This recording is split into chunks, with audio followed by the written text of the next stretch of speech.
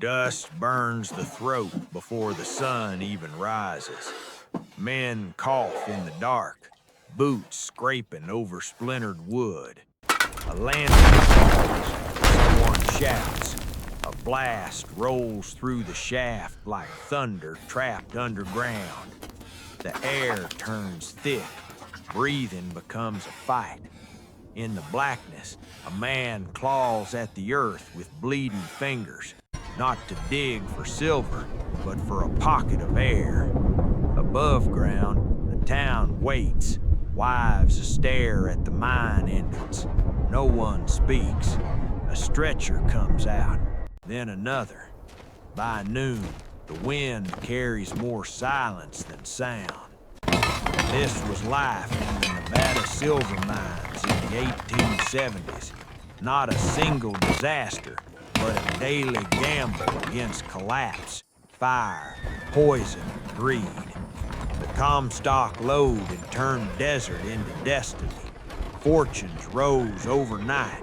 Entire towns appeared where there'd been nothing but sagebrush and dust.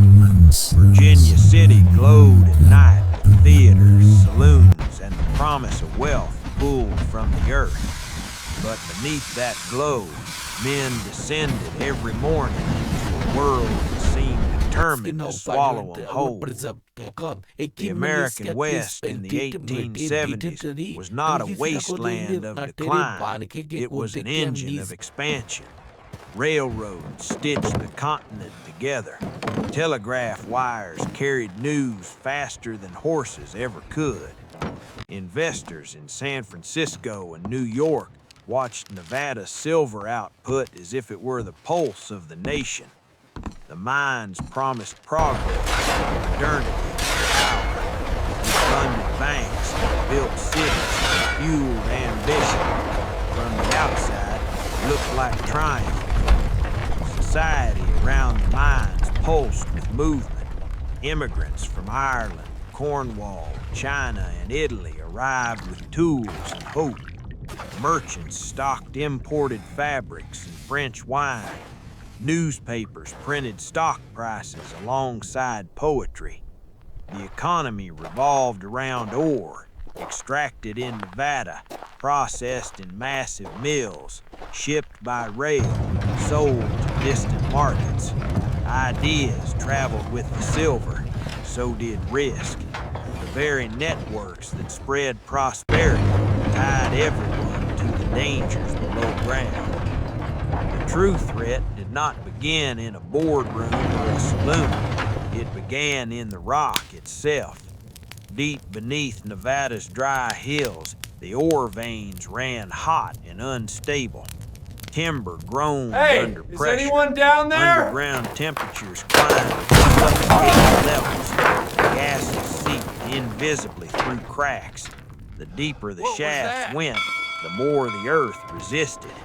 No one fully understood the chemistry of fumes or the physics of rock bursts.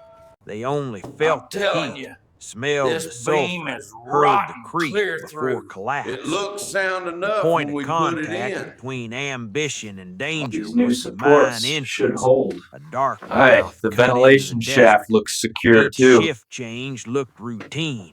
Men filing in with lunch pails, emerging coated in gray dust. But that portal was a threshold between two worlds. Above, sunlight and law. Below, a labyrinth of timbered tunnels, elevators dangling on cables, candles flickering in stale air. Once the cage dropped, there was no quick escape. Disaster did not always arrive as a single explosion. Sometimes it spread quietly. A small cave-in blocked the passage. A fire started by a stray spark filled shafts with smoke that traveled miles underground. Pumps failed and water flooded lower levels. News moved from tunnel to tunnel by shouted warnings, then by silence. When one section collapsed, others followed. Whole crews vanished. Towns felt it instantly. Saloons emptied. Church bells rang. The desert wind carried the smell of charred wood and wet rock. People searched for explanations. Some blamed Did faulty you hear timber. about the new vein Others they struck accused up on foreign Miller's workers of claim? carelessness. No, what about it? Many believed toughness alone could conquer any obstacle. Engineers experimented with new ventilation systems and reinforced supports, but knowledge lagged behind ambition. To fight underground fires, they sometimes sealed entire sections, trapping bodies inside. To increase production, companies pushed miners deeper into hotter zones. Solutions often fed the very dangers they tried to contain. As accidents mounted, fear reshaped behavior. Men refused certain shifts. Families kept children indoors when rumors spread of another collapse. Trust between workers and mine owners thinned. Laws existed, but enforcement was weak. Profit often outweighed caution. In the boarding houses, arguments erupted over who was responsible. In the tunnels, some men refused to help rescue teams, terrified of becoming the next casualty. Survival narrowed loyalty to the self. Desperation also bred division. Immigrant groups were blamed when productivity fell. Chinese laborers faced They say he suspicion and found gold enough hostility. to fill this Irish helmet, and Cornish but miners never made competed it for back to safer spend it. assignments. Whispers of sabotage spread after major accidents. Instead of uniting against unsafe conditions, communities fractured along ethnic lines. Fear searched for targets, and the easiest targets were those already on the margins. The impact did not stop at the mine gates. In surrounding camps and ranches, widows struggled to keep livestock fed. Supply wagons arrived less frequently when output slowed. Abandoned shafts dotted the hills like scars. When a mine closed after a catastrophic fire, nearby businesses collapsed with it. The desert reclaimed wooden structures faster than they had been built. Wind blew through broken windows of once busy hotels. Fields went untended as families packed what they could carry and moved on. Eventually, the fever cooled. The richest veins thinned, costs rose, investors shifted attention elsewhere. The mines did not end in triumph, but in exhaustion.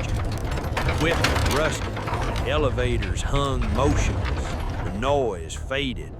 What remained were cemeteries on hillsides and towns clinging to memories of glory. The world that followed was different.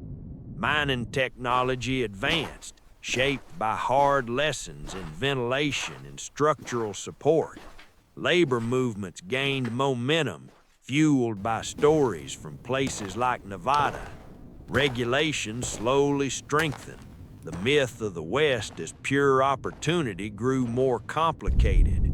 Beneath every tale of sudden wealth lay the memory of men who never came back to the surface. Today, the old mine entrances still gape in the desert. Tourists walk the streets of restored towns, reading plaques about silver booms and legendary figures. But the true story is not just about fortunes made.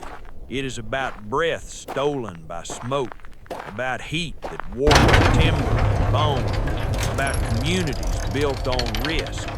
We like to believe progress always moves forward cleanly, yet how often is it carved out of darkness by hands that pay the highest price? History is not a distant echo. It is a tunnel we continue to walk through. When we look back at the Nevada mines of the 1870s, we're not just studying the past. We're tracing the roots of modern industry, ambition, and inequality. The earth still holds resources. We still descend for them. And somewhere, the question remains, how much are we willing to risk for what lies beneath?